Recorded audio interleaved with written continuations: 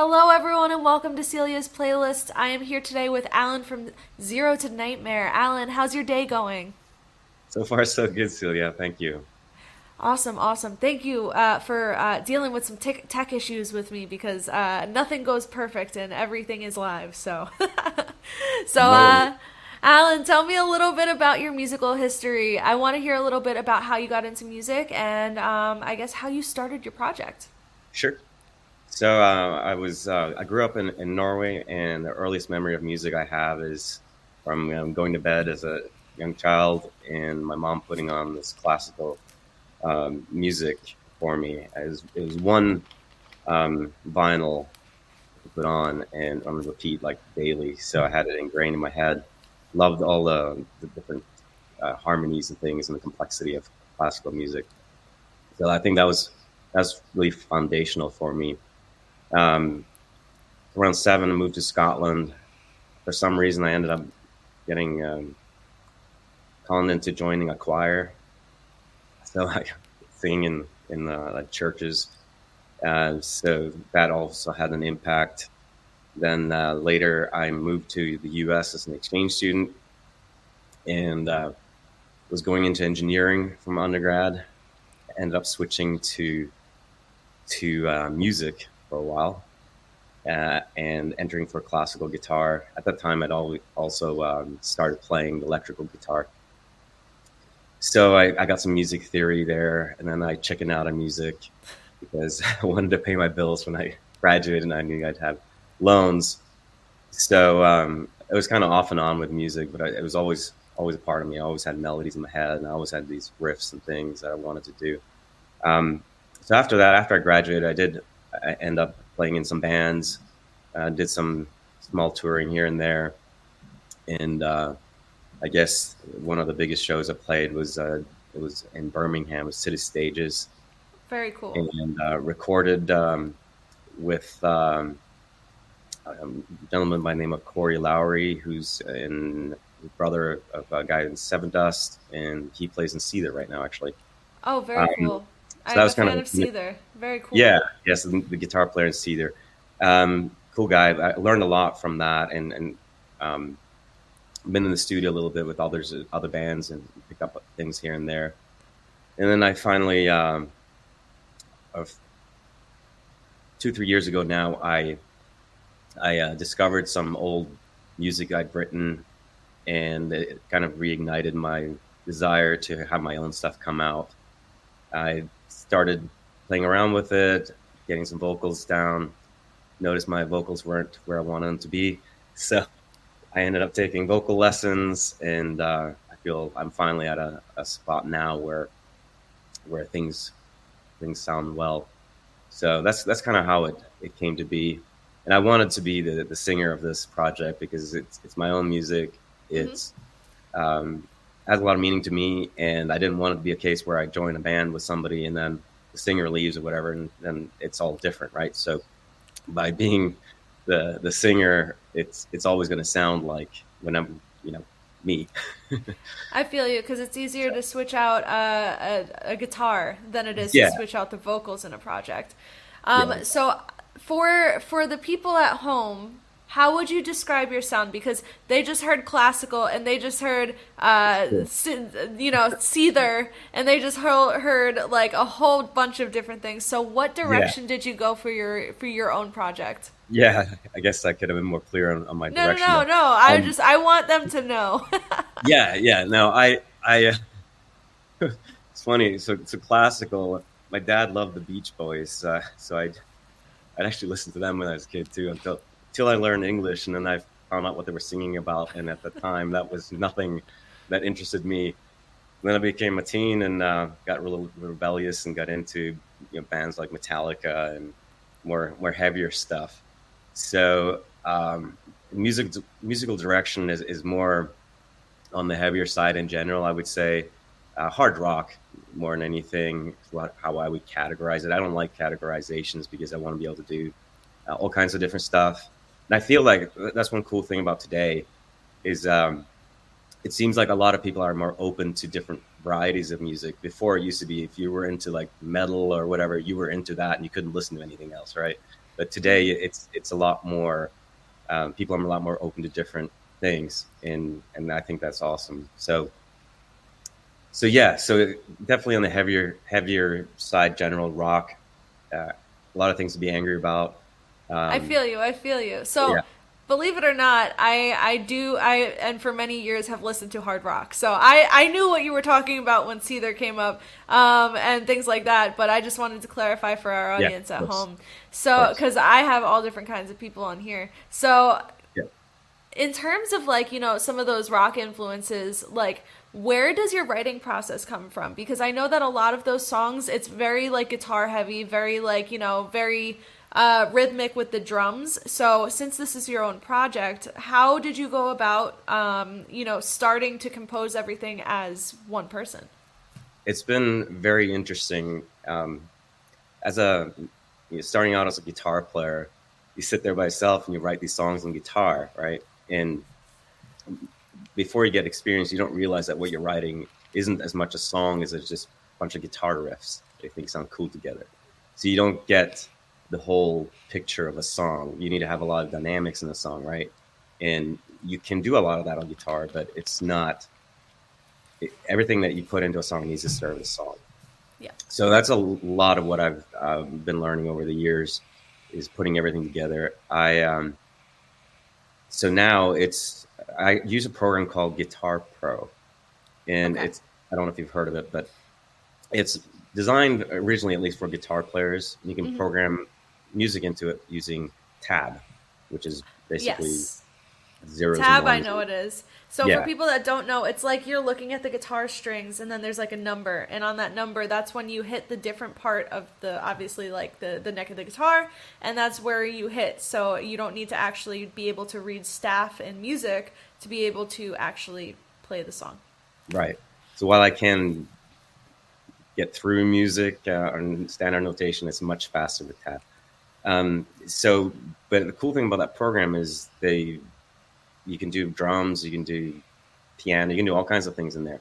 And so instead of recording myself on guitar and then layering on something else during the writing phase, what I'll do is lay down or program in what I'm playing on the guitar, and then add other things as I go. And that way I can play with it with the guitar, right? If I want to lead or whatever, or bass line, and then you can hear it together and see what it sounds like. And it's really quick to make changes. And another cool thing about it is I have a lot of happy accidents. I hit the wrong number or whatever on a string. Sometimes it sounds really cool, or I get some ideas. So it works really well for me to do it that way, and that way I can get all my ideas down in one place, um, and then after that record it for real. I feel you. I feel like a lot of people feel like they're restricted because they can't actually like take the instruments and play them all out and record it like, something that's kind of like a demo. So Right. I like that you figured out a way that you can create essentially a demo on the go so that when you go back into the studio and get back like, recording, you can actually take that and use that as like the bones. So Yeah, that's a really cool way to do it. yeah, and it's nice because the sounds now, the samples there are pretty good, so you get a really good idea of what the sound would actually be like. You can mute guitars and palm mute if you know what that is. Yeah. Get different sounds, distortion or clean. You can get all that in there as well as a lot of the dynamic things. So, yeah, Very cool. I'm gonna have us go on a little bit of a nerdy guitar rant because I feel like that's kind of a thing that I can do here, and it's something that I know enough about to talk about. great. So, the tonality in especially harder rock music, I feel like is a defining factor in the songs that people listen to. And also, I guess like when people are trying to define genre, like they usually are like that's one of the big things. So when you were figuring out what the sound of your project was going to be, like how did you go about figuring out like okay, for like the lead guitar, I want something that's going to be like something higher pitched or I want like chunky bass lines and I want the grit. Like Sure. where did you kind of like put yourself on that spectrum? Um, no, that's a good question. So one of the things that's defined my tone is kind of I'm almost embarrassed to say it, but when I started um, doing this and my voice wasn't where I wanted it to be, my range was extremely limited, I thought. And so it was really low. So I'm like, well, I was trying to sing some of my songs with the guitar, and like, I can't sing that high. So I tuned the guitar down. So, and I tuned it way down. So it's like drop A, which standard guitar is in E. Uh-huh. So it's pretty low. But then I really liked the sound. And then I found out that my range was actually not that bad after all. But then I just kept it there. So that's one of the defining things. It's quite defining. That's actually So pretty cool. That was a good solution, you know? yeah, yeah. Now, and part of that was I wanted the dynamic difference, but anyway, again, I like the sound. I like the darker stuff, and it does make it sound a little darker.